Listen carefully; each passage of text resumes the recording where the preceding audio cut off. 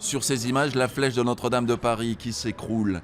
Avec elle, le coq reliquaire. Une chute de 90 mètres, alors forcément le volatile y a laissé quelques plumes. Aujourd'hui, c'est vrai qu'il ressemble plus à une œuvre contemporaine qu'à l'état d'origine, qui était assez élégant. Là, on retrouve un affaissement et les multitudes d'impacts qui montrent qu'il y a eu des choses qui sont tombées dessus. À l'intérieur du coq, les reliques de la couronne d'épines de Saint-Denis et de Sainte-Geneviève, conservées dans ce tube de plomb, ont pu être sauvées. Ils sont en lieu sûr. Le coq attend, lui, d'être fixé sur son sort. La question se pose de savoir si on va le restaurer ou pas, dans la mesure où il reste un témoin, effectivement, de ce qui s'est passé. Et c'est vrai qu'on imagine, ne serait-ce que les plumes, etc., tous ces éléments-là, on se rend compte de l'impact, de la force de ce qui s'est passé.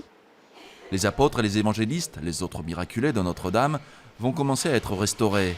Saint-Barthélemy, ici éventré, a ouvert le bal. Entre le cuivre et le fer, il y a une corrosion sous l'influence de l'humidité qui provoque la désagrégation complète des structures. On le voit ici, où des éléments ont complètement disparu. Donc ça menaçait la stabilité. C'était la raison principale des travaux. C'était d'éviter que ces apôtres tombent.